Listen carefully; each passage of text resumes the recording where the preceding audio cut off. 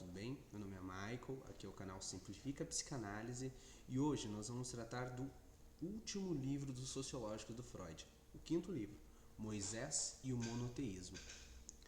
Esse texto é um pouco diferente dos outros, ele tem um peso histórico muito importante, porque ele pode ser o último livro, provavelmente um dos últimos escritos de Freud, antes de sua morte. O primeiro ensaio deste livro ele escreve ainda na Áustria, e após isso tem a invasão do partido nazista. Né? E Freud, se a gente bem lembra, em sua história, sua autobiografia, ele é judeu. Né? Mesmo que ele não seja da religião judaica, mas ele é judeu, ele é do povo judeu. Então, ele escreve na Áustria o primeiro ensaio e depois ele foge para Londres. E então acaba morrendo. Né? Nesse livro ele faz uma crítica muito direta um pouco da religião, certo? Então ele acredita que Moisés não era judeu, mas sim egípcio, porque a etimologia do nome Moisés ela deriva do vocabulário egípcio, embora esse fato não tenha sido muito bem apreciado historicamente. Então ele acredita que Moisés estava atrelado a Akhenaton. Né? Eu vou procurar alguns textos de Akhenaton. O Akhenaton ele foi perseguido muito tempo porque ele tinha a ideia de um Deus único. Akhenaton acreditava que existia apenas um Deus. E ele foi perseguido por isso. E não deixavam que a ideia dele se pudesse perseverar, né? Pois na época era muito comum serem politeístas, né? Terem muitos deuses, certo? E Moisés, também sendo perseguido com essa ideia de Deus único, ele vai atrás de um povo que pudesse entender e receber esses postulados, certo? Então ele vai até o povo hebreu e cria todo o misticismo por detrás dessa história, segundo Freud, nesse mito que ele praticamente cria, né? Nessa tese, nessa hipótese. E Moisés seria morto e assassinado pelo mesmo povo.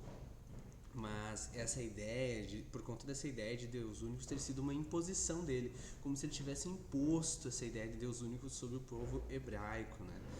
E o assunto da morte dele, dessa morte, ela fica sepultada, por assim dizer, né? O que seria sepultada, né? Ninguém fala disso, como se fosse o mito do parricídio lá do Totem e Tabu, né? Em que se cria uma lei em cima, um tabu em cima, né? Porque o povo ele morre antes de chegar no objetivo deles na Terra Prometida. Então seria como se ele morresse antes disso, mas ele não morresse de causas naturais, mas sim que ele fosse morto pelo povo, né? E assim pudesse se instituir uma nova lógica, certo? E então, posteriormente à morte dele, muitas tragédias ocorrem com o povo, né? Então eles percebem que aquela ideia dele pode ser retomada, então eles resgatam a ideia daquele Deus e percebem que esse Deus que era inominável, que detém um poder diferente em detrimento dos demais, né, considerando todos os outros deuses.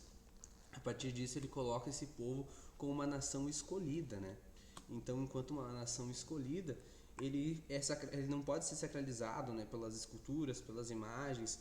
Então, por conta dessa noção de povo escolhido, o povo acaba se intelectualizando, né? Ele acaba se tornando cada vez mais inteligente, eles se unem como um povo só, porque só temos um Deus, né? Então existe essa união total. Então os séculos vão se passando em cima da ideia deles serem desgarrados dos outros deuses, como se o Deus dele fosse o verdadeiro, né? O principal. E tudo que vem dessa época, né? Então vai justificando do porquê dessa noção do povo ser tão intelectualmente maior aos outros da mesma época, certo?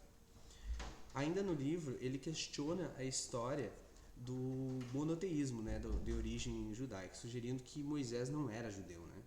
Então, um egípcio que só impôs o monoteísmo, certo? A obra explora um pouco da relação entre a psicologia individual e coletiva. Né? Ela propõe que o monoteísmo é uma forma de lidar com o medo da morte, certo? E a ansiedade de um passado não resolvido, ok? Então, se a gente vai seguindo, existe uma passagem ali de um estágio sensorial dos humanos, né, dos sentimentos, do sentido do que fazer, para um estágio intelectual da humanidade, certo?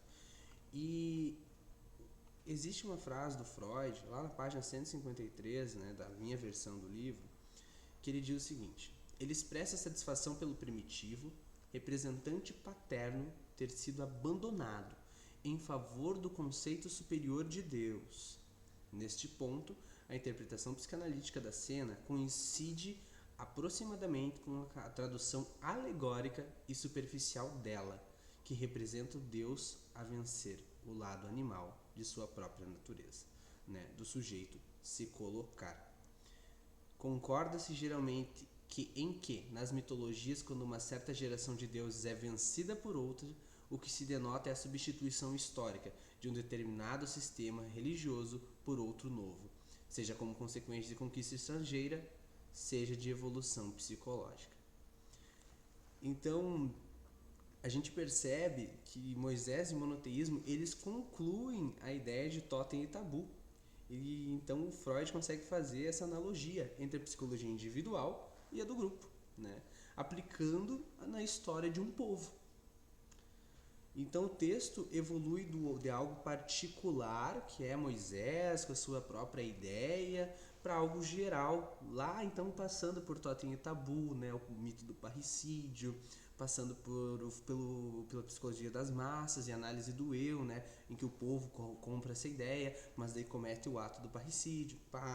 Aí nós avançamos mais um pouco, futuro de uma ilusão, e aí nós chegamos aqui, entendem? O percurso que o Freud vai fazer para chegar, né, no fim do mito, né, do parricídio, no fim da ideia que ele traz lá em Totem e Tabu, através da visão de um povo, né? E aí ele vai pela formação deste povo, né? E pelo fim da análise do relato bíblico, que seria o retorno do deprimido. Correto? Assim, a gente pode pensar a questão do ter permanecido, essa noção do texto. Será que esse texto existiria se não tivesse o advento do Partido Nazista, né? Porque o Freud, nesse texto, ele faz várias condolências aos judeus, né? Quem sabe até uma tentativa, por isso que é tão bonito esse texto, né? Quem sabe até uma tentativa dele mostrar uma outra face para o povo, quem sabe trazer uma esperança para este povo, né? Nesse período que era tão complexo da história, né? Mas voltando um pouco, pensando em termos mais psicanalíticos, Moisés e o monoteísmo, ele consegue fazer uma ponte entre a constituição dessa psicologia individual e o da espécie, né? Fazendo uma analogia nessa história. A substituição do matriarcado pelo patriarcado, né? A supremacia do intelecto sobre o instinto, e o retorno desse patriarcado com o estabelecimento da superioridade de Deus, né? Único e poderoso. Então, um retorno do pai, né? Que é aquele pai que foi morto, né? Moisés como representante desse pai, que ele retorna, né? E resgata toda a culpabilidade da horda primitiva de Totem e Tabu. E o intelecto aqui é representado pela lei, né? Que seria o próprio Moisés. Então, implica no avanço intelectual da humanidade. Uma etapa, de certa forma, previsível no processo civilizatório, certo? Porque o reprimido tende a retornar. O recalque do assassinato do pai da horda primitiva, então, daquele que foi morto lá antigamente, no grupo, né? O assassinato de Moisés, fazendo essa junção, que por sua vez foi recalcado, né? Ele foi esquecido pelo povo, ele foi sepultado, como eu uso lá no início, e se estabelece o monoteísmo judaico, né? Então ele retorna com latência, e o povo judeu então se instaura intelectualmente, sendo desgarrado de toda a humanidade. Então, se a gente pega algumas ideias, tem alguns escritores que estudam esse texto mais a fundo, e eles pegam as notas do Freud no ensaio para argumentar, né? Eu vou pegar aqui um comentário de Fuchs que pode ser bem interessante. É possível que Moisés e o monoteísmo seja o argumento de Freud contra o antissemitismo do seu tempo e contra o ódio dos judeus ao longo de sua história. Fuchs afirma, né, que Freud faz Moisés e o monoteísmo uma tentativa de denunciar a estrutura religiosa do totalitarismo antissemita, que sob o signo do ódio fomentava uma cultura de hostilidade mortal ao outro. Vou deixar a referência do Fuchs aqui embaixo, certo? Para quem quiser ler o resto do seu artigo. Bom, tendo em vista as considerações sugeridas, né, naquele artigo, o último grande texto de Freud que podemos considerar, Moisés e o monoteísmo, é uma proposta de uma teoria para o antissemitismo. Não nos moldes políticos, históricos ou sociais gerais, mas sobre a luz da teoria psicanalítica. E ainda se agregam noções de que Freud faz para embasar sua teoria com dois outros conceitos que se instituem definitivamente, né? A verdade histórica e a verdade material, né? Conceitos que acabam aparecendo neste texto.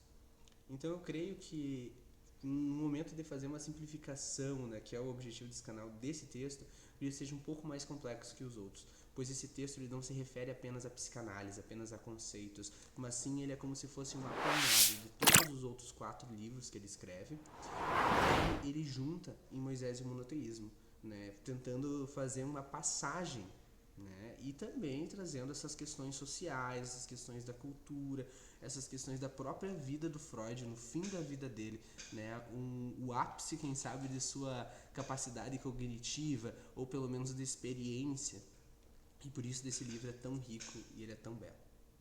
Bom, pessoal, eu vou ficando por aqui, né, se vocês quiserem trocar alguma ideia, podem me chamar nas redes sociais ou deixar seu comentário. Até mais!